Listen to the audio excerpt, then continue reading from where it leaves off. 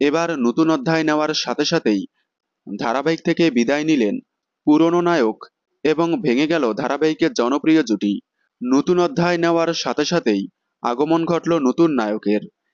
এমন অনেক জনপ্রিয় ধারাবাহিক আছে যেগুলো লিপ নেওয়ার পর গল্প এগিয়ে যাওয়ার পরেও প্রধান নায়ক নায়িকাদের মাধ্যমেই এগিয়ে গিয়েছিল গল্প।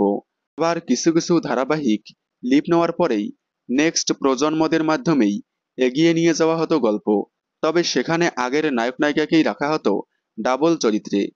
কয়েক মাস আগে হরগৌরী বাইশ হোটেল ধারাবাহিকটি 20 বছরে লিপ নেওয়ার পর বিদায় নিয়েছে ধারাবাহিকের নায়ক শঙ্কর। তার পরিবর্তে নতুন নায়ক নিয়ে আসা হয়।